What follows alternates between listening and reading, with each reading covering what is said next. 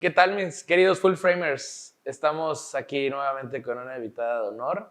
Tenemos a una de las fotógrafas más reconocidas en Yucatán y yo creo que en buena parte de México de naturaleza. Hoy tenemos a Nelly Quijano, nativa soy. Mucho gusto, Nelly, muchas gracias por estar por acá. Muchas gracias, Andrés, por invitarme. Estoy muy contenta de estar aquí platicando con ustedes. Como siempre trato de explicar en estas primeras grabaciones, la idea de este podcast es poder platicar con gente que se dedica a la fotografía, que vive de la fotografía y que obviamente podamos aprender un poco toda la gente que vea, que asista en la academia, que vea nuestro programa, que pueda aprender un poquito más de toda esta gente de experiencia. Entonces, tenemos que hacer la pregunta obligada. ¿Cómo es que decides ser fotógrafa de naturaleza? ¿Qué fue lo primero que te llamó la atención? Bueno, es una buena pregunta porque todo el mundo me pregunta, ¿cómo decidiste ser fotógrafa? Y bueno, creo que esa no me la habían hecho. Entonces, decidí ser fotógrafa de naturaleza porque estaba yo pasando por una etapa en mi vida un poco complicada y que me sentía deprimida, la verdad esa es la palabra. Y entonces empecé a buscar los lugares en los que yo me sentía bien, donde me sentía feliz. Y descubrí en esa etapa de mi vida que en la naturaleza era donde me sentía muy tranquila. En los campos abiertos, sí. En la playa. En la playa, en los cenotes, en el manglar. Y entonces me empecé a ir sola con mi cámara a esos lugares. Y entonces creo que todo empezó como una terapia sin querer. Yo siempre digo que la fotografía ha sido una medicina también en mi vida. Sí, termina ser hasta, digo, en general cualquier tipo de arte, pero en la fotografía puedes mostrar mucho de lo que tú ves. Es una pequeña porción de tu vida y un poco de mostrar lo que ven tus ojos, ¿no? Y sí es sumamente importante. Ahora, ¿por qué la fotografía, por ejemplo, y no pintura? Hablando en temas de paisajismo, de naturaleza, también pudiera llegar a ser otra forma de expresión. ¿Qué fue lo que te llamó la atención de la fotografía? Bueno, primero tengo que contar también esta parte de la historia. Yo quería ser biólogo marino. ¿En serio? Pero soy muy mala para química y física. También para matemáticas. Y cuando empezó la fotografía y vi que también tenía matemáticas, casi me da el infarto. Es como una decepción muy común en la fotografía, decir, quiero artes porque no van matemáticas y luego... Llegas a la foto y hay matemáticas. Pero bueno, no sabía qué carrera estudiar y me acuerdo que llegaron a la preparatoria, yo nací en Campeche y ahí estaba estudiando la preparatoria y llegaron a platicarnos de la carrera era periodismo y ciencias de la comunicación. Y entonces cuando vi todo lo que abarcaba, me llamó mucho la atención y ahí fue mi primer contacto con la fotografía. No existía la fotografía digital, era solamente fotografía análoga y entonces recuerdo perfecto, o sea, no se me olvida el primer día que entré al cuarto oscuro y revelamos una foto. Esa alquimia, la magia ocurriendo en el papel.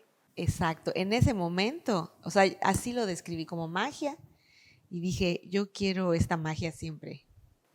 Era un proceso, digo, obviamente todos estos procesos de revelado digital son mucho más sencillos, mucho más cómodos, ayuda a facilitar el trabajo, pero ese proceso de cuarto oscuro, de revelado en análogo era increíble.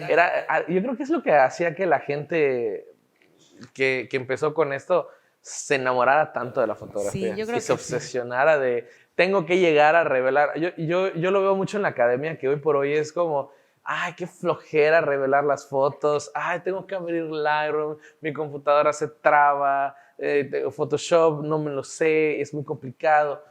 Pero yo creo que antiguamente cuando aprendías a revelar tus propias fotografías entradas a cuarto oscuro era un proceso hermoso. Era hermoso, sobre todo que ir viendo cómo aparece la imagen es increíble. Y en ese momento sabía que quería la foto en mi vida, pero no sabía realmente todo lo que iba a pasar. Me gustaba más, es igual algo diferente porque a mí me gusta mucho la fotografía documental y empecé con fotografía documental. O sea, de hecho mi fotógrafo favorito es Francisco Matas Rosas. Así soy fan Ha declarada. venido a Mérida, si Sí, no lo me he visto equivoco. todas las veces que viene, lo he Sí. visto. En la pandemia hizo un libro colaborativo que se llamó Corona Libro. En el primero, cuando me enteré, ya se había cerrado la convocatoria. En el segundo envié mis fotografías, quedaron 2. Estaba yo alucinada. Después hizo otro libro, ¿Cuál es el segundo libro? ¿Cómo se llama? Corona Libro 2. Coralibro 2. Fue una convocatoria a nivel mundial y él recibió fotografías de todo el mundo, de lo que estaba viviendo la gente, lo que podías registrar. De hecho, esas fotos mías no son de naturaleza, son documentales. Y después acaba de hacer otro libro que tiene que ver con el cambio climático y también fue colaborativo. Y dije, bueno, pues voy a enviar igual unas fotografías y envié y quedó una fotografía de un programa que participé de limpiezas en los cenotes y documenté cómo los buzos iban sacando la basura y quedó una de esas fotografías. Ah, genial. O sea, ya tienes tus fotos en 2 libros Ya, de Francisco sí, Mata. y la verdad es para mí fue un orgullo porque lo admiro mucho. Entonces, como que mi formación empezó como por el lado muy periodístico y yo creo que el cambio fue precisamente por esa etapa que estaba yo pasando en mi vida, que me enfoqué más a la fotografía de naturaleza. Tú estudiaste comunicación y de ahí me imagino que, digo, justo la última grabación que tuvimos fue con Fernanda Basurto, su fotógrafa de moda de Ciudad de México, y ella comentaba que su primera chamba, como dirían, fue de fotoperiodismo. Entonces, me parece interesante que igual la mayoría de la gente que estudiaba comunicación tiene una tendencia a poder dedicarse un poco también a la fotografía, pero como que la primera etapa es Esa es a fotoperiodismo. periodismo. Sí, sobre todo mi carrera, por ejemplo, en la generación en la que estuve yo, acababa de entrar, era periodismo y ciencias de la comunicación. La siguiente generación de mí ya era solo ciencias de la comunicación, pero siento que mi formación fue muy periodística. Y eso creo que, digo, para quienes no aún conozcan tanto el género de naturaleza, paisajes, etcétera, creo que el periodismo te ayuda mucho a poder registrar las cosas de forma muy nata, muy fidelignas, te da mucho esa picardía de poder captar las cosas en el momento, de ser rápido, de ser ágil, de estar como que con todo listo para que no se te vaya la toma, porque es como diría, se me fue el nombre ahorita, perdón, Henry Cartier-Bresson, el momento El decisivo. momento decisivo. Entonces se nos va y ya, listo, bye foto, ¿no? Sí, Solo ocurrió en nuestras mentes. sí, hay que estar como muy, muy alerta y todo sucede, o sea, no le puedes pedir, si es un paisaje todavía te tomas el tiempo, tampoco le puedes pedir a la naturaleza que haga lo que tú quieras, sino tienes que estar preparado para todo lo que pueda suceder. Si hablo en cuanto a paisaje, a veces vas con la idea de que vas a tener un día soleado. Por ejemplo, en Yucatán, que hay unas nubes hermosas y el cielo se pinta de colores muy lindos, y luego llegas y ese día te toca gris, y entonces tienes que usar tus habilidades igual para los cambios de luz tan rápido.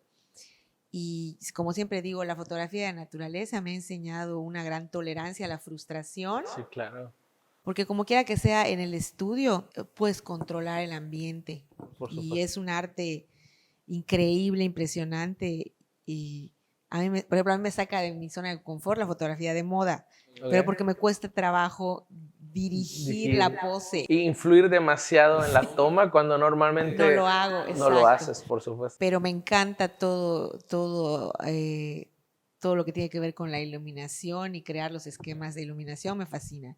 Pero bueno, en la naturaleza no tienes el control y entonces me ha desarrollado esa tolerancia a la frustración. Por ejemplo, en Claro. el eclipse Hubo uno hace poquito, hubo ¿no? uno hace poquito, ¿Te fuiste a Celestún? a Esna, lo hice A en Esna, Esna. en Vinieron un Campeche. grupo de fotógrafos de todos lados del estado, del país, y organizamos ahí, organizé algo también con un grupo que se llama Feral Frame, que hace viajes fotográficos. Y nos fuimos a Campeche. Y entonces ya estaba había gente que no iba a hacer foto, ya sabes, toda esta energía colectiva. Y de repente, justo cuando iba a ser el momento exacto del eclipse anular, era anular, en ese momento pasa una nube. Entonces o sea, el silencio más increíble que he escuchado. Y de repente la nube se va inmediato y escuchas así como el alivio, los aplausos, los gritos. Entonces, eso de la fotografía de naturaleza ha sido un gran aprendizaje en el sentido de que no puedo dejar de seguir estudiando. Claro. O sea, siempre quiero estudiar más de foto. O sea, no me la creo que ya me la sé, porque la fotografía de naturaleza te presenta tantos cambios.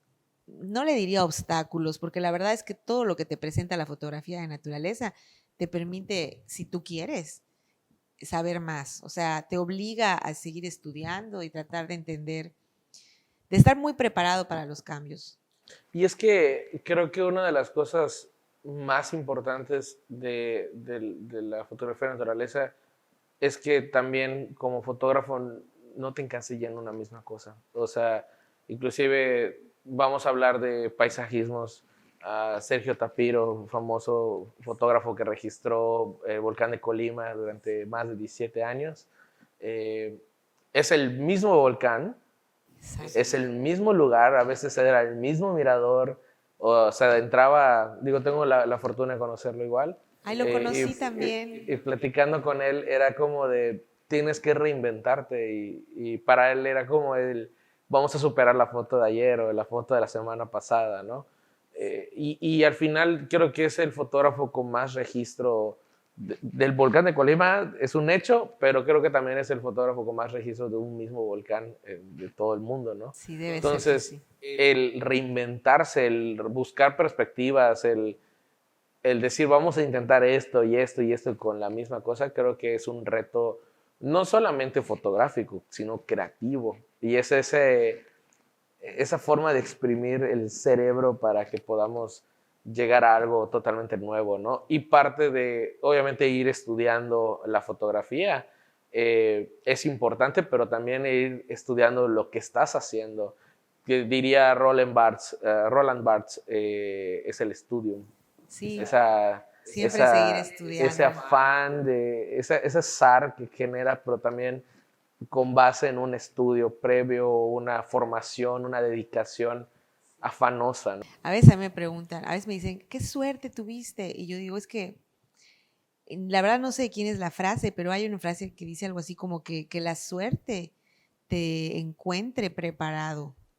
O sea, porque cualquier persona con una cámara puede tener la suerte de que en ese momento aparezca, no sé, suceda algún momento en la vida animal, pero si no sabes usar tu cámara, los parámetros, o sea, de nada sirve que se te presente. Entonces, pues el estar en el lugar correcto sin los conocimientos, la verdad no sirve de nada.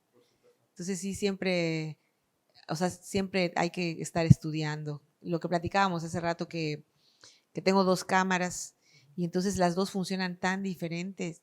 Tengo que saber usar las dos. Tienes una mirrorless, tienes una DSLR. Exactamente. Entonces sigo usando las dos y las dos funcionan muy diferente. ¿Y con cuál te sientes más cómoda trabajando? Pues mira, es que ha sido bien difícil tomar esa decisión.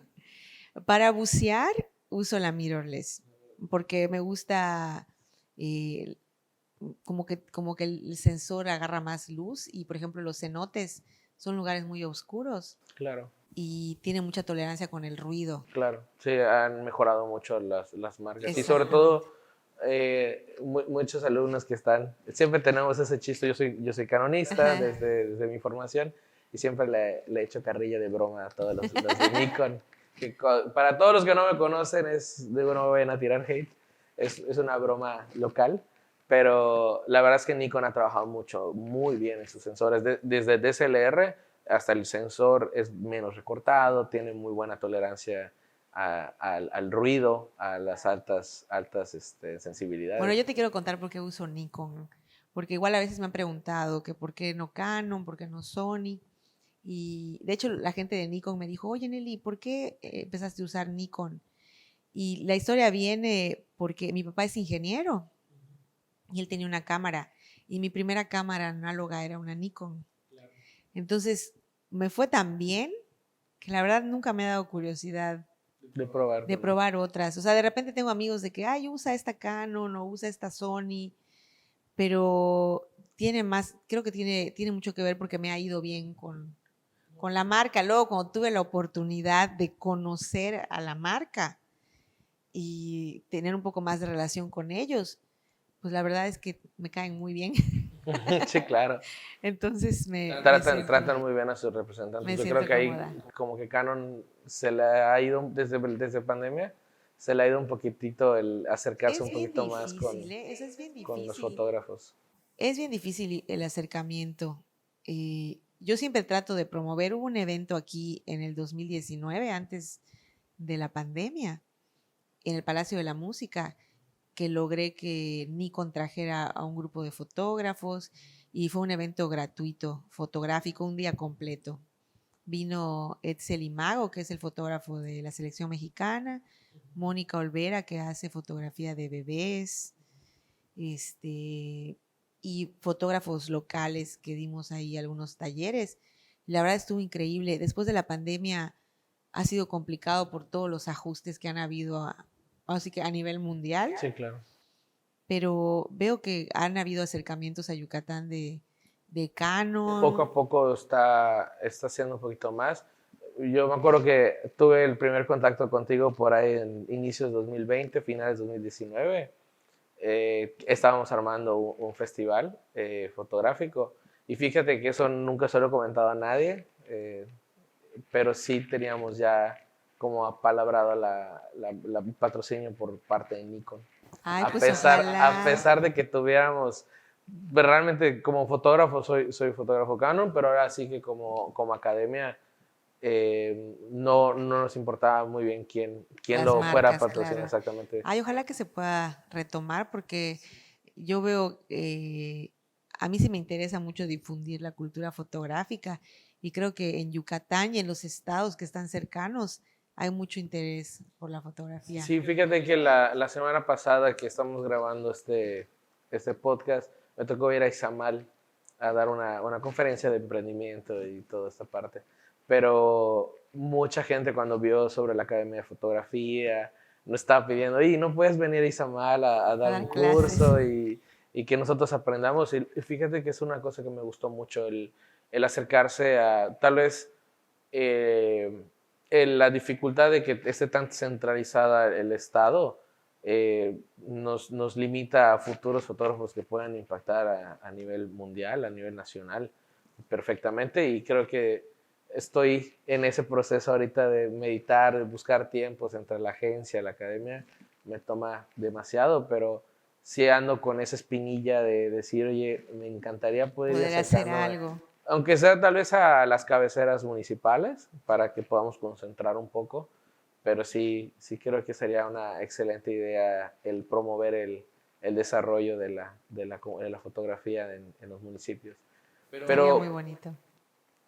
Háblame un poco, tú creo que estás muy acercada con todos los municipios, creo quien te conoce, quien te sigue en redes, sabe muy bien de todo lo que estás haciendo. Cuéntame un poco de cómo es el trabajar directamente con las comunidades y sobre todo hablando del tema de las fotografías. ¿Cómo es el hecho de ir a un lugar, llegar a su cenote, tener ese impacto de la cultura? Cuéntame un poquito de esas experiencias que has tenido recientemente. Bueno, primero, cuando trabajé para la campaña de turismo, la primera fue la de 365 días en Yucatán. No, miento, primero fue Yucatán es color y me enviaron a diferentes municipios del estado a fotografiar experiencias turísticas. Me gustó mucho porque tenía mucho que ver con la comunidad y con la naturaleza. O sea, no fui yo la única fotógrafa, eran como diferentes grupos y les tocaban diferentes experiencias para fotografiar. En lo personal, a mí me tocaron varias. Por ejemplo, me sorprendió Tecash. Yo siempre digo ahora, Tecash extremo. O sea, es así como lo identifico porque pues está como a 2 horas de aquí. Creo que casi no nos tomamos el tiempo para ir. Te quedas yendo como para Cobá, si no me equivoco. Ay, creo que sí, como... Sí, está como al límite de Yucatán y Quintana Roo, si Sí, no me equivoco. y haz de cuenta, ellos tienen ahí una experiencia que te vas en cuatrimotos a lugares de naturaleza y llegas a un punto donde puedes hacer rapel, tirolesas, entras a unas grutas que se llaman las grutas chocantes. Ahí fue un lío entrar con la cámara porque vas entrando así como por huequitos, te vas deslizando, pero llegas a una cascada petrificada de minerales, que es una cosa preciosa, de verdad. Entonces, luego igual fui a una comunidad maya donde se dedican a la miel, a las abejas, o sea, fue como a diferentes lugares que me permitió conocer estos rincones de Yucatán y me gusta mucho el turismo comunitario. Y bueno, como mi especialidad es la fotografía subacuática, a mí me gusta mucho trabajar en los cenotes que son, que están administrados por el pueblo, o sea, son cooperativas. Sí, normalmente tienen elegido, normalmente está como Sí, también todavía sucede mucho esto aquí involucrado. en Yucatán. Tú te vas a Valladolid y ya son negocios, o sea, ya son empresas, ya son empresas que compraron el cenote, están muy bonitos, son muy turísticos y también los invito a visitar, pero pues a mí me gusta mucho ir a los pueblitos y por ejemplo en Pichiá llego y paso a una casita y les digo ya me voy al cenote, regresamos como en 3, 4 horas y nos preparan unos panuchitos o Sí, es cochinita, algo. delicioso. Fíjate que yo tuve la oportunidad de hacer, creo que los pocos trabajos documentales, porque yo soy mucho más comercial, al final tuvo un impacto comercial este trabajo. De los pocos trabajos documentales que he hecho fue en En Pichá. Pichiá. Me tocó trabajar con las chucumeras, donde el proceso de fabricación de chucum, Ah, qué que interesante. para quienes no saben de Yucatán, el chucum es una, digamos, como una especie es un árbol realmente, y se extrae una resina de la corteza de ese árbol y sirve como un sustituto de cemento, de acabados, y le da ese efecto como arenoso, pero al final tanto tiene como una arcilla como tienen un líquido que termina siendo como moradito. Pero está padrísimo todo El este proceso. proceso porque lo hacen en tambores de lata, hierven el chucum para extraer toda la resina. La verdad, son un grupo, es una comunidad, de hecho, es específicamente en Picha, es una comunidad de mujeres que le llaman las chucumeras, en las que ellas se dedican tanto a cortar el chucum, a hervirlo y hacerlo. Y para todos los preocupados por el medio ambiente, una de las ventajas que tiene el chucum es que si lo cortan solo la mitad, el mismo árbol vuelve a regenerar y es sustentable y ecológico. Entonces es como una manera bastante interesante de tampoco dañar Sí, las exacto, y comunidades. de ayudar a la comunidad porque pues las comunidades viven de estas actividades. Es como Claro. que en cada región o pueblito tienen como una especialidad, lo que decía lo de la miel, que es el turismo. Y bueno, en el caso de los lugares que están cerca de los cenotes, a mí me gusta llevar a la gente ahí. Al final también es un trabajo comercial porque pues hago sesiones, por ejemplo, de embarazos, de parejas, de novios, En estos en los lugares. cenotes, exacto. O a veces llega gente de otros lugares del mundo y me contratan para una experiencia en el cenote. Y esa experiencia que es ir a hacer fotografías al cenote. O sea, hacemos fotos ahí bajo el agua. Siempre les digo, con que sepan nadar, no tienen que ser buzos, apneístas, no. Eso tengo que hacerlo yo porque pues, yo soy la que tengo que cuidarlos y luego pasar a comer a una de las casas en el pueblo. Me gusta mucho promover eso porque pues esa gente es gente muy, muy amable que te recibe con las puertas abiertas y viven de ese tipo de turismo. Y aproximadamente como cuántos cenotes has visitado en el estado. Muchísimos, la verdad, muchísimos. Estamos hablando de más de 100, más de 200, más de 300. Pues mira, normalmente voy a los mismos, pero sí he visitado, o sea, entre Yucatán y y Quintana Roo, yo creo que sí.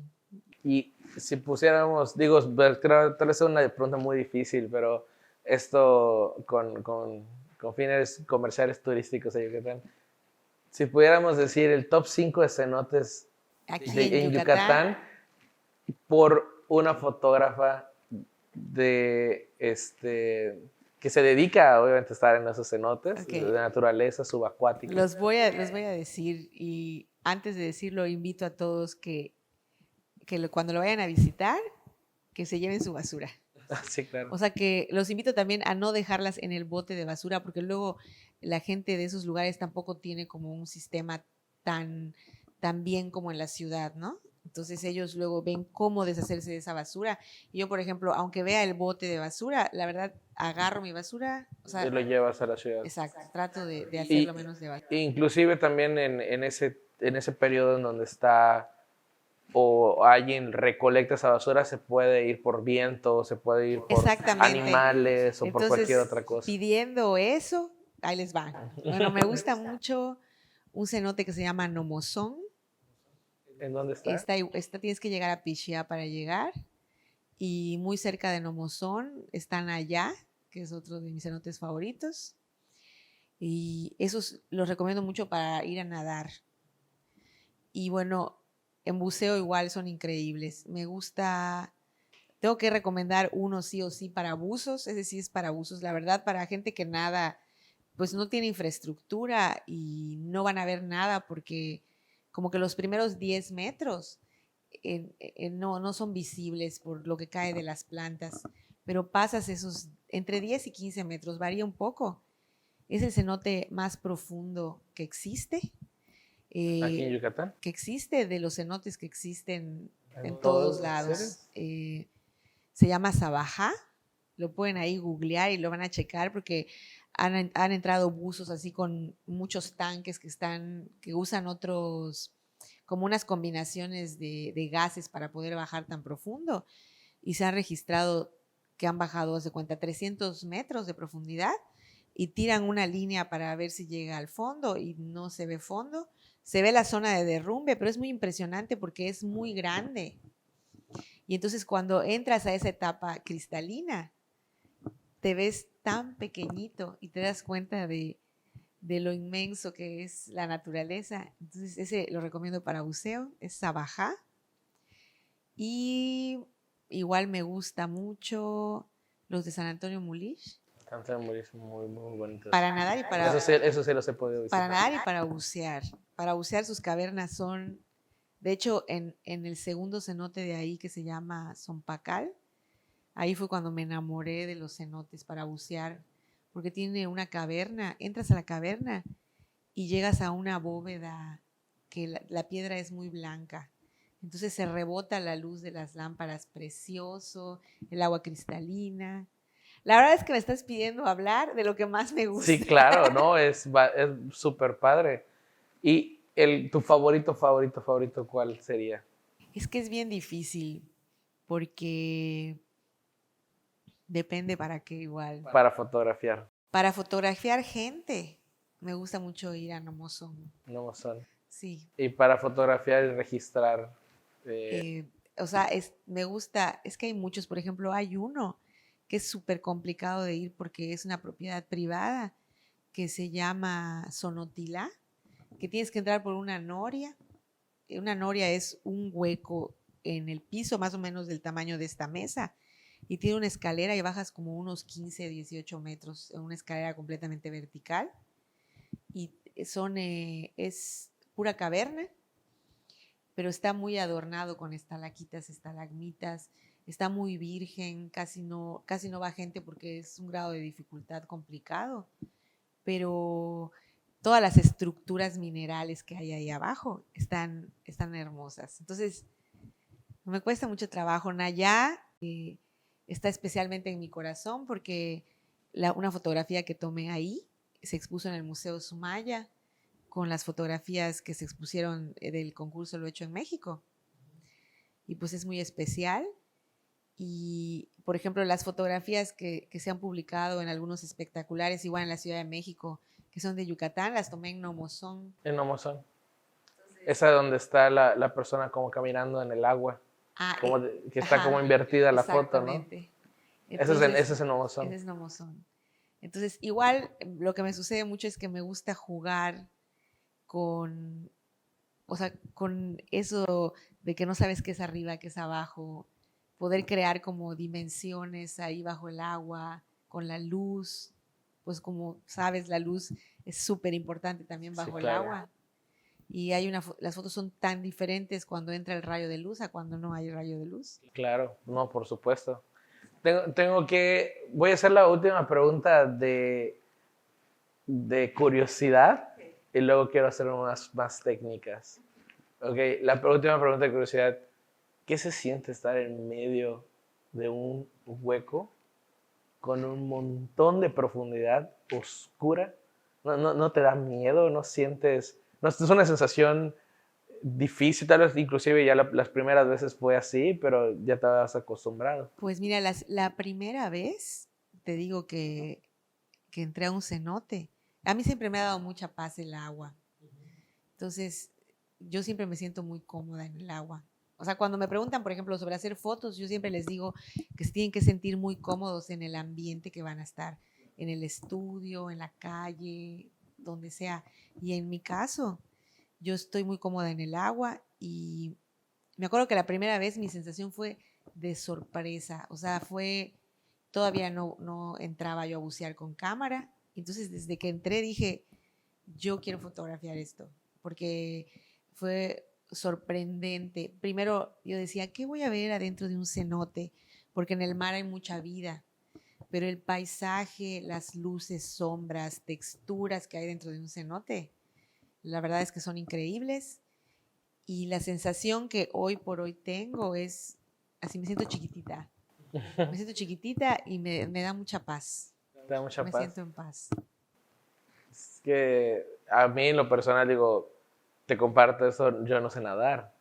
Y creo que me gusta mucho el agua en la playa, en una piscina. De repente en un cenote sí me siento como encerrado, Sí, sí, sí. se siente esa sensación de no ver el fondo, me genera un poco de ansiedad y digo, no solamente es un reto fotográfico y de cálculos y de medir la luz y todo, sino de obviamente Y también sentirte controlar, bien, sí, sentirte bien y claro. controlar todos esos impulsos de... Y, Mira, por ejemplo, yo siento que puedo controlar un poco más, no puedo controlar la luz, obviamente, pero siento el ambiente más controlado en un cenote. O hablando de los de Yucatán, en los de Quintana Roo sí se siente un poquito de corriente, eh, que en el mar, porque en el mar, pues todo puede suceder. O sea, he tenido encuentros con tiburones que no sabía que iban a ver. Es feliz porque amo los tiburones, es mi favorito. Pero como que en el cenote sabes lo que hay, lo que puede haber, puede ser que entre la luz, puede ser que no, y no hay esa corriente.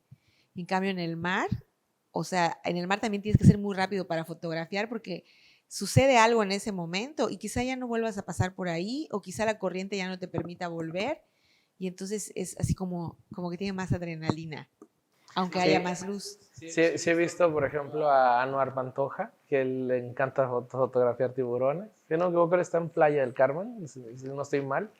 Eh, yo digo, ¿qué se sentirá el estar enfrente de un tiburón? O sea, ¿cómo controlas? No sé si te dan nervios oye, me puede atacar, no me puede atacar. Bueno, he aprendido mucho que esos mitos no son verdaderos, ¿no? O sea, a romper esos mitos.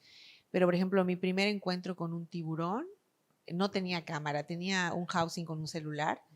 Recuerdo perfecto, fue en Cabo Pulmo. Recuerdo perfecto que lo bajé el celular y grabé y yo veía a los ojos del tiburón. O sea, de hecho, por eso me empezaron a gustar los tiburones, por el contacto visual. Él se acercó lo más que quiso porque yo me quedé quieta en la arena, literal tirada en la arena. Y hasta que llegó me vio y giró y cuando giró sus ojos seguían viéndome. O sea, esa mirada que voltea hacia... El estabilizador del ojo a ti, ¿no? Impresionante. Y no era solo un tiburón, o sea, tenía otros atrás y me sentí impresionada. pero sí también entré con mucha información de que hay lugares en los que puedes bucear con tiburones, hay lugares en los que no, o sea, no puede, sí, sería muy ilógico ir y meterte a un lugar donde sabes que se están alimentando. Y normalmente vamos a lugares donde son sus centros de limpieza, así como en la película de Espantatiburones que tenían ahí una estación de limpieza, es real, existen las estaciones de limpieza. Y bueno, y fuera de ello, por ejemplo, mi encuentro más especial con un tiburón fue aquí en Alacranes, en un arrecife donde se supone que no iba a aparecer ningún tiburón y llegó un juvenil de sedoso.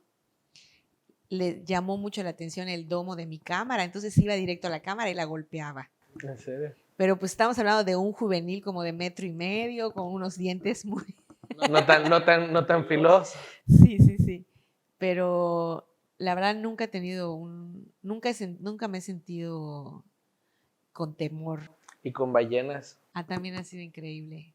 Y me imagino son un poco más grandes. Muchísimo, enormes. Y ahí la sensación de, oye, esto es muchísimo más grande que Sí, yo. mira, y con las ballenas, por ejemplo, de hecho la primera vez que tuve un encuentro con una ballena fue igual en Baja California. Estaba snorkeleando, no estaba haciendo apnea.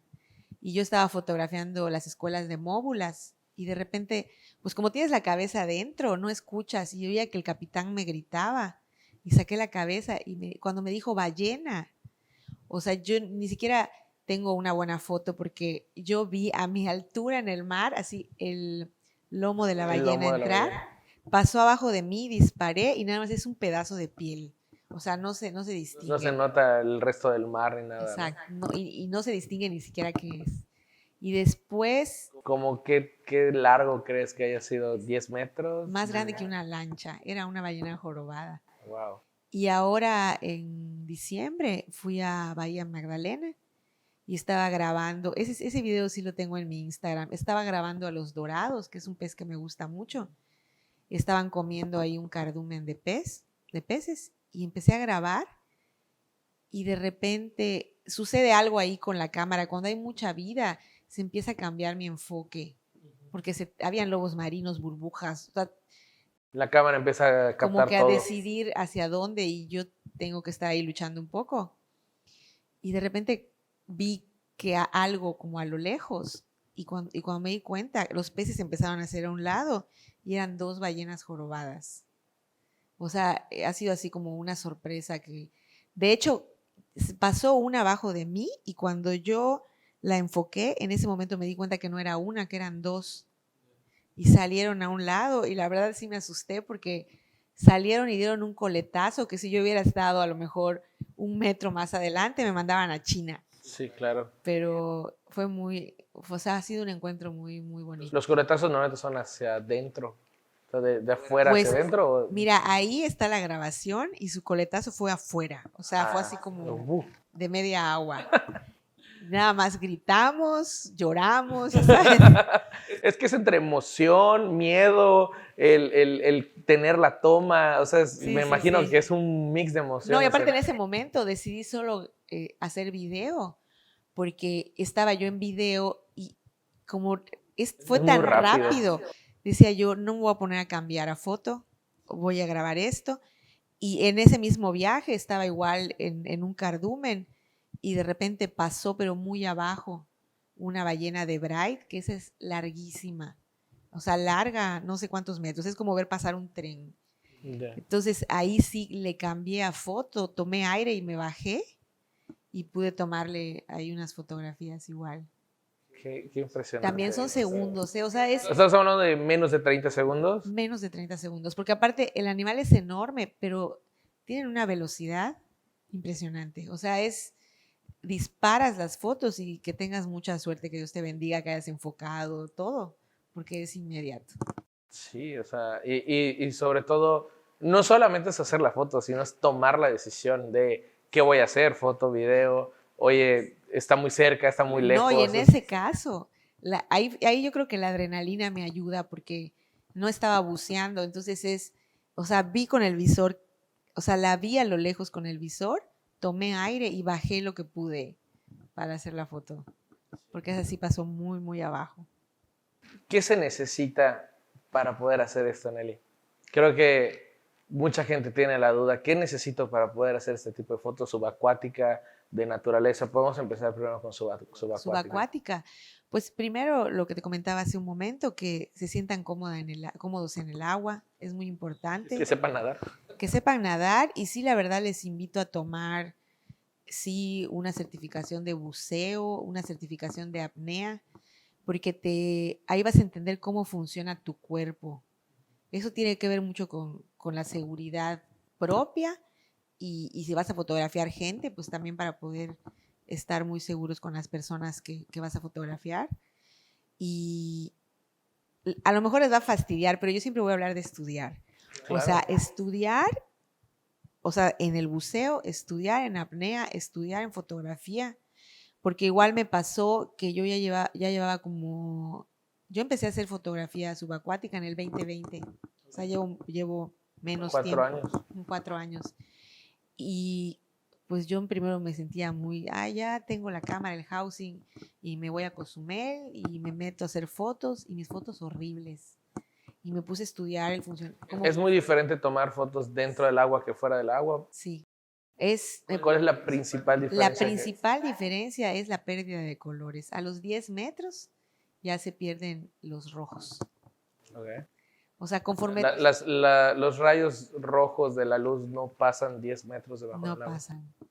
Y entonces llega un momento que ya todo es azul, y suceden algunos cambios que tienen que ver con física, que la refracción y de la luz, o sea, cómo las corrientes te cambian, todo se ve 30% más grande. O sea, existen varios factores que me tuve que poner a estudiar para poder hacer. Que ni siquiera son 100% fotográficos, son físicos. Son físicos. Son fenómenos físicos. Son fenómenos físicos. Y por eso vas entendiendo por qué la luz viaja diferente cuando toca otro elemento como el agua.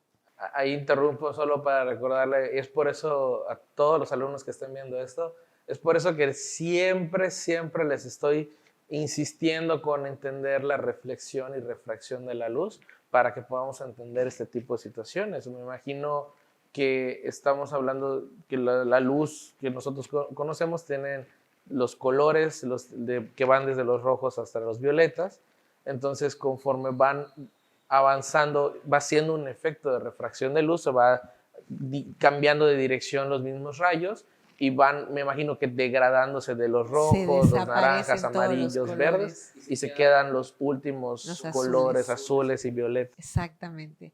O sea, y aparte, hay un video que me enviaron hace poco que me parece muy interesante, de una persona que baja con como que todos los colores los tiene, como que los sujeta en algo, y empieza a bajar y empieza a grabar conforme va bajando y cómo todos esos colores se van perdiendo. Entonces, pues suceden muchas cosas en el agua que te obligan bueno, al menos a mí me obligaron a ponerme a estudiar otra vez, entender el comportamiento de la luz para poder usar mi cámara ahí abajo. Básicamente me imagino que debe ser como un degradado de luz, de arriba hacia abajo. Sí, y mira, eterno, influyen, ¿no? Muchas cosas, porque luego a veces dices, bueno, voy a entrar porque el sol ya está a las 12, entonces la luz me va a entrar padrísimo directo, y te metes y hay mucha corriente. Entonces los rayos de luz no llegan. O sea, no penetran tanta profundidad porque la corriente, y luego hay mucha, o sea, plancton o mucho material del mismo mar, del océano, flotando, y luego dices, pues me bajo unos estrobos, unos flashes, una lámpara, y bajas y pones la cámara, pones la lámpara, y por ejemplo, yo quiero fotografiarte a ti, y pongo mi lámpara aquí, y todas esas partículas flotando se ven, y no te ves tú, porque yo estoy iluminando aquí, entonces tengo que también saber cómo voy a colocar mi luz. Como si estuviera sucia un vaso, ¿no? Que terminas viendo la suciedad del... Imagínate que estés aquí en el estudio y tienes una lámpara prendida nada más, y de repente pones todas hacia ti y empiezas a ver aquí un montón de partículas flotando. Como cuando está muy condensado el humo de la máquina que te estorba, ¿no? Exactamente. Y entonces eso te complica tu enfoque. Sí, totalmente. Y se ve feo porque vas a ver como como que el ambiente está sucio de partículas. Entonces hasta la colocación de las luces tiene su chiste para que no te aparezca. ¿Y hay alguna forma de poder estudiarlas? ¿Sabes si va a haber corriente en el lugar donde estás o no? Pues todo puede cambiar. O sea, normalmente en el mar, cuando tú vas a bucear, encuentras, te vas siempre con el clima lo mejor posible, ¿no? Pero a veces llegas, por ejemplo, Cozumel es un lugar en el que todo puede suceder con las corrientes. O sea, puede ser que tú ya sepas que la corriente va hacia un lado y en cualquier momento cambia. Por eso también siempre digo, ir a bucear con gente experta. Entonces, es lo que te comentaba, no se puede controlar. Por eso tienes que saber muy bien, o sea, estudiar muy bien cómo funciona el buceo o la apnea, o hasta snorkelear, y saber bien utilizar tu cámara. En cuanto a equipamiento, ¿qué cosas necesitas? Digo, entiendo que técnicamente necesitas saber bucear, snorkelear, toda esta parte, pero ¿qué equipo necesitas para tomar las fotos? Pues mira, yo utilizo la Nikon Z6. Cuando la compré no había salido ningún lente para la línea Z, entonces uso el 14-24 con un adaptador y un housing de CNC. Existen en el mercado diferentes tipos de housing, de diferentes calidades, marcas. Igual me imagino que a profundidades diferentes. O sea, yo en mi caso decidí comprar porque me permite hasta 100 metros de profundidad. O sea, realmente yo solo he bajado 45, no he bajado más. Pero me da mucha seguridad como tener ese gran margen. ¿De cuánto es tu cage? Hasta 100 metros me deja bajar. Y también lo que tiene mi case que me gusta es que me deja mover todos los botones de mi cámara. O sea, yo a veces bajo con unos parámetros y abajo le muevo el ISO. O sea, yo siempre uso en manual cambio velocidad, apertura, y abajo a veces tomo decisiones de mover el ISO. Abajo en video igual tomo decisiones, de repente tengo ahí la función de cámara, no soy experta en video, pero bueno, tomo la función de cámara lenta y a veces me dan ganas, a veces le cambio, igual muevo el ISO. Y entonces hay algunos housings que no te permiten, o sea, que tú tienes que tomar la decisión, a veces, por ejemplo, dejas la apertura fija y puedes mover las otras dos cosas o algo así diferente. Y a mí en este caso, pues me gusta que pueda tener... Me imagino que para hacer cualquier tipo de cambio de distancia focal, de lente, tengo también un aro que me permite hacer la distancia focal. En lo que no tengo control es nada más en cambiarle a lente en manual o automático, el autofocus. Entonces ese sí entro con el autofocus. Te digo que de las cosas que más se te pueden complicar bajo el agua es el enfoque, porque hasta una burbuja de otra persona se te puede atravesar y lo puede cambiar. Pero bueno, a mí me encanta, entonces hay que sentirse muy, muy segura en el lugar. Y en términos económicos, ¿qué tan caro es comprar un case? Sí, está muy caro, la verdad. O sea, de hecho, cuando compré el mío, o sea, cuando yo tenía todo el dinero, decía yo, ¿y si me voy de viaje? O sea, es o irte de viaje a otro país. Mira, es como comprar otra cámara y otro lente. Okay. O sea, también depende ahora sí que dependiendo del modelo de cámara y el lente que quieres meter, si yo, por ejemplo, quisiera cambiar el lente y, por ejemplo, sueño con ir a un lugar que está en Indonesia a hacer fotografía macro. Okay. Entonces tengo que cambiar la parte que cubre el lente a una que le haga a ese lente macro. Sí, para que te puedas acercar y que no te afecte el mismo porque case. Porque el case es así como un guante de tu cámara. Entonces, si tú le cambias algo a la cámara o cambias de cámara... Tienes que tener un case para eso. Sí, porque es un guante. Están hechos a las medidas, o sea, para el lente y para la cámara, no solamente para la cámara. Exactamente. Wow. Entonces, sí, yo normalmente con ese buceo... ¿Y solamente tienes un case? Sí, sí. Y en algún momento hice el experimento de meter el 24-70 y vi que sí entró, pero estaba muy nerviosa porque sentía como un jueguito allá adentro y ya no lo volví a hacer. Me imagino que es como un submarino, o sea, tienes que checar que todo esté perfectamente y cualquier ruidito es como vamos nosotros. Sí. Así es realmente. No he tenido hasta ahorita ningún accidente. Sí, ya tuve.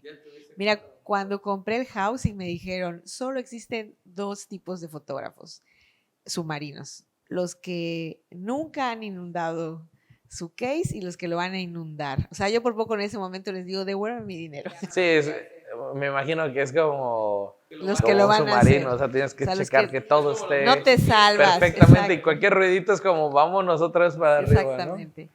La Sí. cuestión que No he tenido hasta creo que ahorita fue ningún exceso de accidente. confianza. Ya tuviste, Estaba yo en cuéntame un poco Cancún de en eso. un buceo. Ya había hecho yo un buceo, eran unos buceos con corrientes muy fuertes y no me di cuenta que no enganchó bien el aro que tiene el lente para que pueda hacer ese cambio de distancia focal. La verdad no tenía ni por qué cambiarlo, o sea, me subí a la lancha y entre buceo y buceo abrí el housing para ajustar eso, pero pues como hay mucha gente, estás platicando y también el exceso de confianza que la verdad es muy malo, aprendí la lección, fue dolorosa. Algo no cerré bien. Estaba con otro fotógrafo increíble que igual les invito a conocer su trabajo, que se llama Rodrigo Frisione. Él nos llevó a ese buceo y recuerdo su cara, porque teníamos que bajar por una línea agarrados porque había mucha corriente y él se quedó en la línea recibiendo a todos los buzos y cuando bajé, yo nada más vi como sus ojos se abrieron enormemente y yo me quedé así como que, ¿qué? O sea, ¿qué está viendo? Y volteé a ver mi cámara y veo el housing y veo así la burbuja de agua en el domo, así adentro. Y me hace señas que me vaya para arriba, pero había bajado 30 metros, tengo que hacer parada de seguridad. O sea, fue un momento, ha sido de los momentos más duros porque vas subiendo. Yo trataba de llevar mi cámara así para que se quedara el agua abajo. Pero era un buceo en el que yo no me podía soltar de la cuerda porque la corriente me perdía. Sí, claro. Y me tenía que agarrar hasta más fuerte y yo bajé con la cámara amarrada aquí. No la quería soltar, pero hubo un momento que la tuve que soltar y agarrarme muy fuerte para poder salir. Recuerdo que lloré, fue así un duelo así horrible. ¿Qué cámara era? La Z6. ¿Y la pudiste reparar? No, o sea, entró el agua salada es como ácido. Corroe. Sí. Es como ácido en el sensor, entró directo al sensor. Lloré muchísimo. ¿Y se rescataron las fotos? Sí, rescaté las fotos, pero sí o sea, después de eso yo ya no me vuelvo a confiar. O sea, sí, claro. Cada vez que armo mi cámara, me tomo mi tiempo, trato de que nadie me hable, estar sola, hacerlo un día antes. Si sucede algo que no hice bien y que la tengo que abrir en el lugar, no lo hago. O sea, ¿Cuál es el procedimiento para poder asegurarte que todo esté bien? ¿Es muy tardado? ¿Es largo? No es muy tardado. O sea, tiene que ver, primero, humectar los O-rings, porque cada parte que se va uniendo tiene unos O-rings. Ver que estén humectados, ver que esté todo limpio. Y el housing no debe de cerrar de una forma brusca. O sea, debe cerrar que encaje bien y ahí sabes que todo está bien. Eso es básicamente. Pero sí lo que aprendí es hacerlo sin distracciones. Claro. Porque aunque lo haya hecho 1000 veces, pues todo puede pasar. ¿Cuánto tiempo te toma hacer ese procedimiento? Pues no tardo mucho. A lo mejor ahora como 10 minutos, 15 minutos. Lo que te tomaría tal vez estabilizar Exacto. un gimbal, ¿no? Exacto. Súper bien. Te comparto, recientemente este fin de semana se cayó una cámara aquí en la academia y fue un silencio igual, esos silencios de sí, ¿no? Es espantoso. Y afortunadamente no pasó nada, todo bien, cayó directamente el lente, tenía un filtro UV, entonces como amortigua un poquitito el golpe.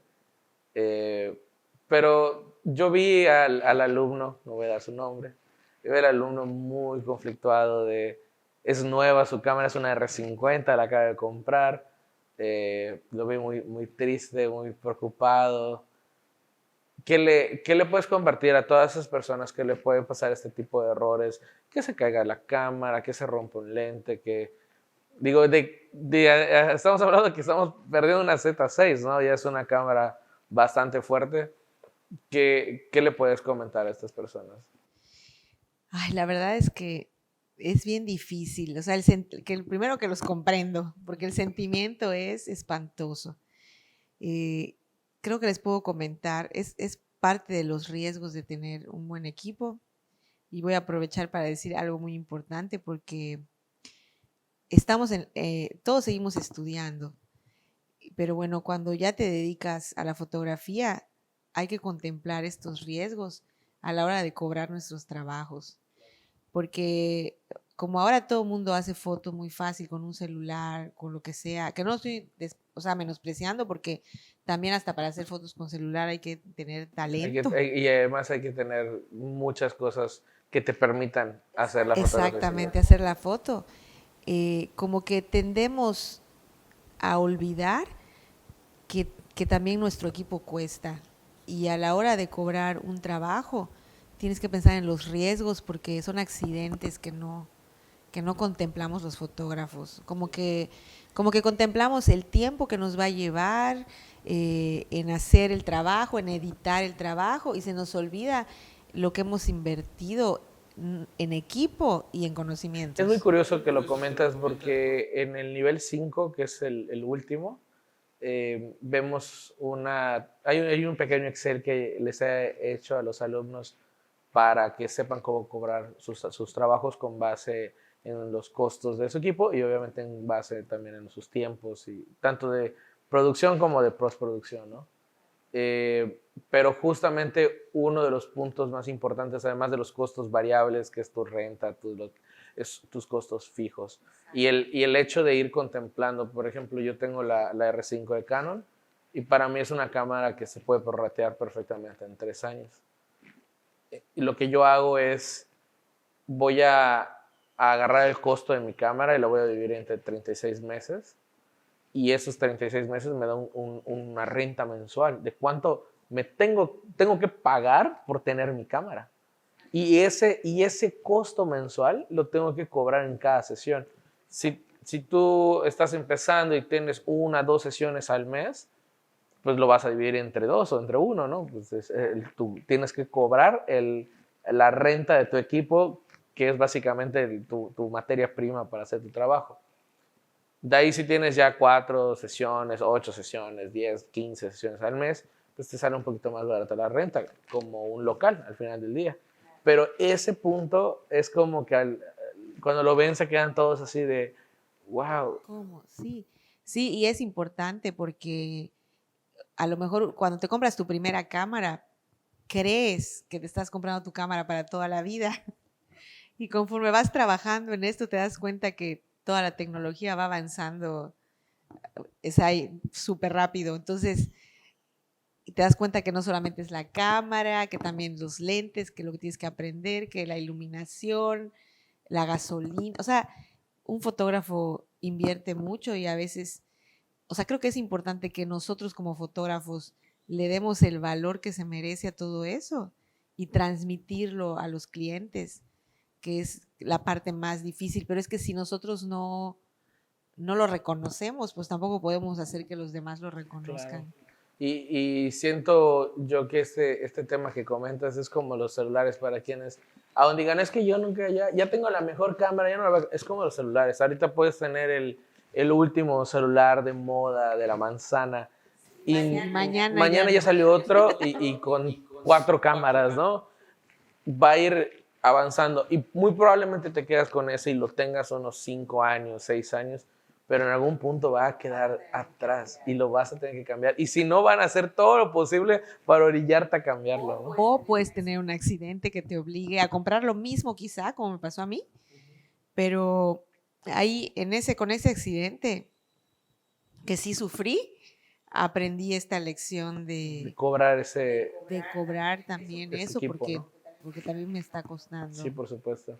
Y justo lo que les digo, ahí no significa que ya cobré eso y me lo gasto en el fin de semana o mis gustos. Ese dinero se tiene que guardar, se tiene que generar un colchón de seguridad para que, oye, se me cayó un flash, de ahí agarro para comprar otro flash. Porque si no, voy a agarrar de mi sueldo para comprar otro flash. Sí, o para reinvertir. o luego si tienes ya un compromiso. Yo, por ejemplo, cuando me sucedió eso, estaba muy angustiada porque tenía a los 15 días un contrato. Y entonces, o sea, pues, ¿qué haces? Compré una cámara lo más pronto que pude, la compré de medio uso, no la compré nueva, pero pues también tienes que cumplir con los compromisos que Sí, siguen. por supuesto. Entonces, No, y si tienes sesión al ese otro mismo día, día o al ajá, otro día, ¿qué haces? sí, que yo, por ejemplo, o sea, tengo otra cámara y con esa pues hago las sesiones fuera, con las dos hago las sesiones fuera del agua, pero tenía un contrato a los 15 días que era también dentro del agua, entonces, o sea, necesitaba otra cámara igual para poder trabajar, así que... Es bastante, bastante complejo. Nelly, ¿qué recomendaciones le darías a alguien? Digo, de repente llegan, no es como que el principal mercado que tenemos aquí en la academia, pero de repente llegan gente muy aficionada a la naturaleza, pajareros, a ti te gusta pajarear igual, ¿verdad? ¿Qué recomendaciones les das a todos esos fotógrafos que están queriéndose meterse a fotografía de naturaleza y de aves? Pues, pues primero que vayan mucho a la naturaleza a practicar, que vayan conociendo las horas principales que son pues el amanecer, el atardecer y tienen que ir a practicar muchas veces porque son los momentos de luz más cambiantes. Entonces, antes de ir tienen que conocer perfectamente su equipo para poder ir cambiando al mismo tiempo que Rápidamente. va cambiando la luz, porque la exposición creo que son, sí, estoy segura que son los horarios en los que más va cambiando la exposición. Y entonces practicar mucho, desarrollar una gran tolerancia a la frustración, porque no siempre, No va a salir bien la primera vez. no, no, y a veces puedes tener mucha experiencia y, por ejemplo, le ocurrió a un amigo que una escena increíble, una garza comiéndose una serpiente y se le acabó la pila, ya se le había llenado la memoria, y ya no quería cargar más, llevar o sea, llevar mochila, o sea, tienes que estar preparado para que de repente en el momento en el que tengas que cambiar de pila, pues está sucediendo algo increíble y ya te fregaste. Sí, claro, ya no vuelvo a pasar. No le Ya no puedes es. decir a servirle, Exacto, muévela espérate, a comer, espérate, por favor. exacto. Sí, entonces es como saber utilizar bien tu equipo, ir al lugar, ir las veces que sean necesarios y estar pues con esa, o sea, listo para de repente frustrarte. Claro. Y para ir cerrando, porque creo que nos podemos quedar aquí 10 horas hablando, la verdad es que siento muy fluida la conversación. Eh, conozco tu trabajo, hemos platicado que has participado en muchos concursos, publicaste en libros de Francisco Mata. ¿Qué opinas sobre el tema de los concursos fotográficos? ¿Qué recomendación le puede dar a la gente sobre los mismos concursos? ¿Has ganado, has participado en varios de ellos? Y también platícanos un poco de la experiencia de estos Pues concursos. he participado en varios y así muchos que no los he ganado. Pues mira, es que también creo que es parte de esto que te digo que se ha desarrollado por medio de la fotografía de naturaleza, que he desarrollado, te digo, una gran tolerancia a la frustración. Entonces, yo participo en los concursos de fotografía como un aprendizaje. Obviamente quiero ganar, obviamente sería una falsa si dijera que no, pero me sirve mucho para aprender, meto siempre alguna foto con alguna idea de por qué podría ser ganadora y luego veo las fotos ganadoras y me cuestiono, pero igual me gusta. O sea, siento que puede sonar masoquista, pero siento que aprendes. Sí, claro. Sí creo que de repente hay algunos concursos que no me llaman la atención, pero me gusta ir averiguando como cuáles son los más reconocidos y entrar. ¿Cuál ha sido el de los que más te han gustado Pues mira, que has ganado? bueno, entré a los de Fiel, ahí quedé Con finalista. Daniel Arronis. Saludos a mi buen amigo Daniel. Ahí quedé finalista con una fotografía que se llama Cohesión, que es un grupo de peces todos unidos. Y entré al de Lo Hecho en México. ¿Cuándo participaste en el FIEL? ¿En qué año? creo que fue, no me acuerdo si fue en la pandemia. En pandemia. Porque yo igual fui seleccionado en Fiel, Sí. pero fue el primerito, creo que fue 2016. No, creo que fue en la pandemia porque como que no me tomaba yo el tiempo de revisar fotos. Ahora lo que hago es que si de repente veo una foto que me gusta mucho, la separo en una carpeta que pongo para concurso, aunque a veces estoy tan acelerada que no me da tiempo de meter, pero ya tengo ahí como una selección de si hay alguna oportunidad de entrar a algún concurso. No he entrado a tantos como me gustaría, pero por ejemplo, este año sí tengo el propósito de, como ya tengo ahí algunas separaditas. De ir participando. Sí, y por ejemplo, hay uno de naturaleza que acabo de entrar, una plataforma que hace concursos mensuales. Okay. Y entonces, pues yo ya participé en los 3 que han habido. No he quedado en ninguno, pero en esa pagas para entrar, pero me gusta mucho la retroalimentación de las fotos que quedan. Sí te dan retroalimentación en ese. O sea, en la plataforma te envía a tu correo, haz de cuenta, este mes va a ser, por ejemplo, uno que era camuflaje. Y entonces te envían fotos de todo el mundo y luego te llega a tu correo qué día va a ser la retroalimentación y de por qué esas fotos Las fueron van las revisando. ganadoras. Y entonces me gusta ir aprendiendo Sí, claro. por eso. Es ese aprendizaje con base en el resto de las personas, ¿verdad? Exactamente. Sí, y la verdad es que la única manera que puedas ganar un concurso es participando. Exacto. Y hay que quitarse ese miedo de, ay, no soy tan bueno. Creo que el concurso de Fiel que yo participé realmente no tenía aún mucha experiencia. Acababa prácticamente de egresar, no tenía mucho tiempo. Y realmente me sorprendió mucho. Y es una experiencia hermosa porque ya cuando te invitan a la ceremonia de inauguración, conoces a un montón de fotógrafos destacados. Tuve la oportunidad obviamente de conocer a Daniel y es una persona increíble. Y de ahí vas conociendo a Sergio Tapiro, conocí a Bernie Luna de Josefoto y te vas haciendo de más red. Y cuando te das cuenta que ellos están ya en un nivel muchísimo más avanzado y son tan sencillos, tan No, y normales. aparte siempre aprendes de otros fotógrafos. Claro. Siempre aprender del trabajo de otros De los fotógrafos es fotógrafos. gratificante. Sí, claro. Te llevas un poquitito de todo, Exacto, ¿verdad? así es. Yo le aprendí mucho a Bernie, inclusive siento que mucho de mi estilo de dar clases por sus enseñanzas y su forma de dar clase. Es alguien que le traigo mucho cariño y es un tipazo. Hace como 2 años tuve la oportunidad de regresar a León, y tanto vi a Daniel como a Bernie y son increíbles personas. Pero bueno, para ir cerrando siempre me gusta...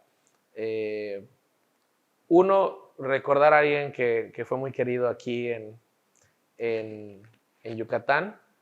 Ha sido uno de los máximos exponentes, siempre lo digo en clases, ha sido uno de los máximos exponentes fotográficos en Yucatán al ser el primer fotógrafo yucateco seleccionado para una Copa Mundial de Fotografía. Hoy por hoy ya no se encuentra con nosotros, lamentablemente la pandemia hizo de las suyas para impedirnos tener más de este gran fotógrafo y amigo, el gran Eric Montero. Eric Montero. Pues yo solo puedo decir que es un gran amigo, fue un gran amigo, está en mi corazón. Y también tengo que decir que un gran maestro para mí, porque precisamente en la pandemia, antes de que sucediera pues esta tragedia,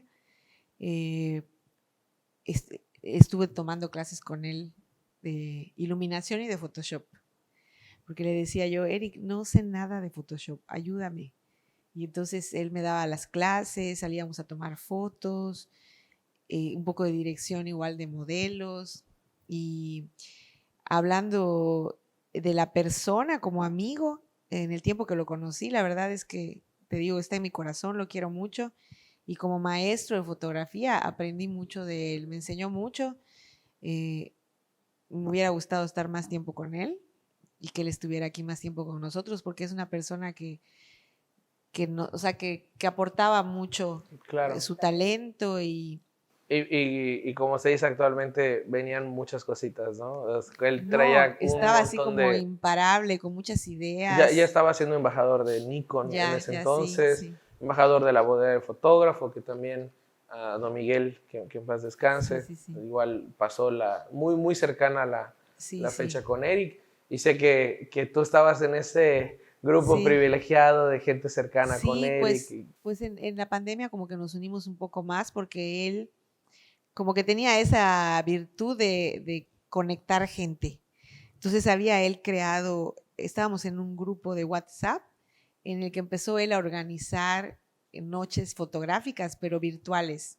Entonces, por ejemplo, nos conectábamos todos en un Zoom y, por ejemplo, a mí en un día me tocó, Nelly, queremos que nos muestres tu housing y cómo armas todo. Y entonces, ese día nos conectamos y yo expliqué lo que hacía y de repente le tocaba a otro y estaba muy padre el grupo porque pues fueron momentos de mucha soledad y mucho distanciamiento social y de alguna manera no lo sentíamos así porque por medio del Zoom nos manteníamos en contacto un grupo grande y pues él siempre, yo siempre he dicho que él traía como un chip de enseñanza Increíble. porque tú platicabas con él y ya te estaba enseñando algo. Casi, casi como a manera catártica, explicaba mucho lo que él estaba haciendo porque le De una manera servía, natural, sí, le servía exactamente. mucho para, como él mismo reafirmaba ese Ese conocimiento que sabía conocimiento. y lo iba casi, casi como narrador, ¿no? Iba Exactamente. explicando todo lo que iba haciendo. Muy buen maestro, muy buena persona y excelente Exactamente. fotógrafo más Sí, que muy nada. querido, lo queremos mucho y la verdad lo recuerdo con mucho Y, cariño. y creo que todavía está publicada esa foto Sí, que hicieron recreando de las últimas sesiones sí, que se hizo, un ¿no? día él dijo, vamos a hacer una fotografía.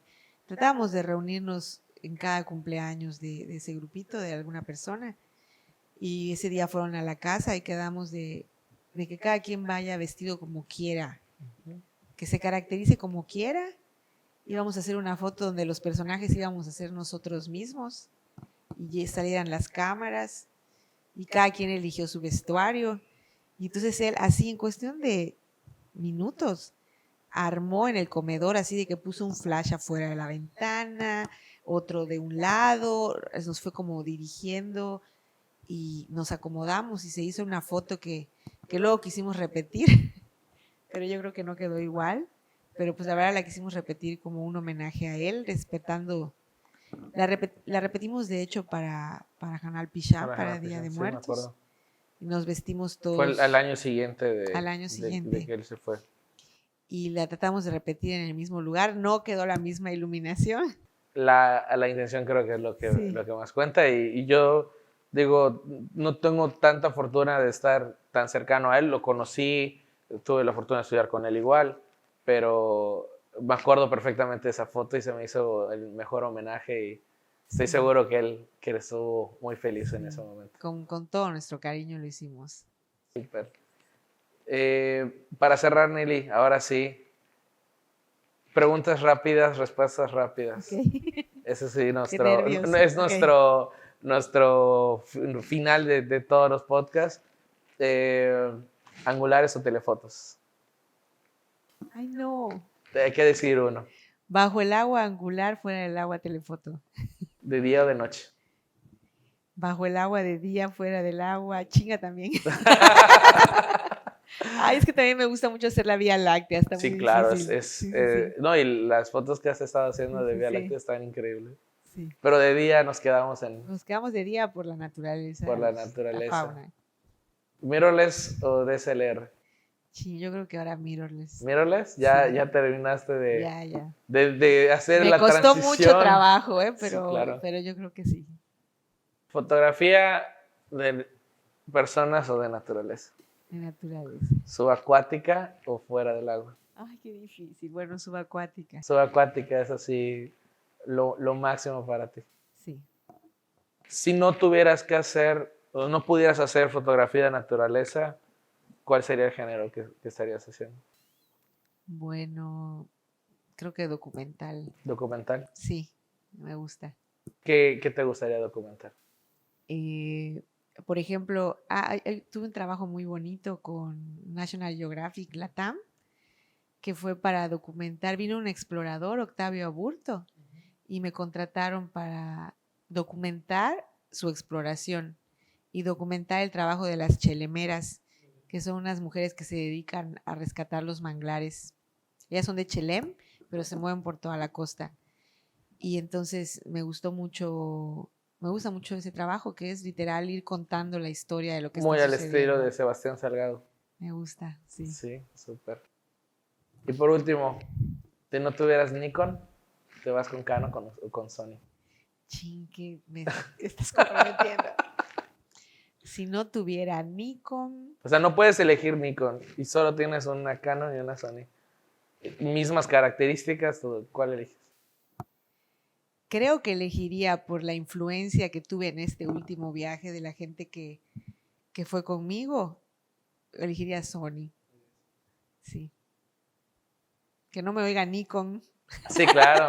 No, la verdad es que si Sí. no tuviera Canon y tuviera entre Sony y Nikon, también me iría También por te irías Sony. por Sony. Sí, creo que es una marca, digo, entre Canon y Nikon siempre hay ese Sí, choque, siempre ha esa habido. rivalidad, parece América Chivas, parece Exactamente. esa rivalidad enorme, pero siento que Sony ha estado pero muy yo no me meto con nadie, yo estoy aquí Sí. perfectamente amigos de todos, ¿no? Pero sí creo que igual elegiría Sony. Sí. Pues Nelly, nada más queda por agradecerte por tu tiempo. Gracias. Queda abiertísima la invitación, me gustaría que lo podamos hablar después. Viene el Photoful Fest a partir de mitad de junio y todo el mes de julio. Nos encantaría trabajar contigo algún taller de fotografía de naturaleza. Encantada y muchas gracias por la invitación, de verdad. Esta es tu casa, está aquí en Full Frame. Te agradezco mucho el tiempo. Es increíble aprender y entender un poco. Al final del día, también tengo que ser muy honesto. Yo estoy mucho tiempo en estudio o en locación, pero es como un mini estudio portátil. Conocer y entender un poquito más de un género que no he explorado tanto, que si me invitas, con mucho gusto me hago el tiempo para acompañarte en unas siguientes salidas que hagas para irme involucrando un poco más en ese género. Me gusta la idea. Perfecto. Muchas pues, gracias. Muchísimas gracias por todo, Nelly. Y no olviden, Full Framers, dejar sus comentarios, sus dudas. Nelly va a estar al pendiente de la transmisión y cualquier comentario que dejen aquí se puede ir respondiendo con todo gusto. Sí. Obviamente siempre queda abierta. Creo que nos faltó hablar de un poco más fuera del agua. Pudiera quedar para una segunda parte. Pero excelente. Muchísimas gracias, Nelly. Gracias a ti. Y gracias. Nos vemos en la siguiente Full Framers. Muchas gracias.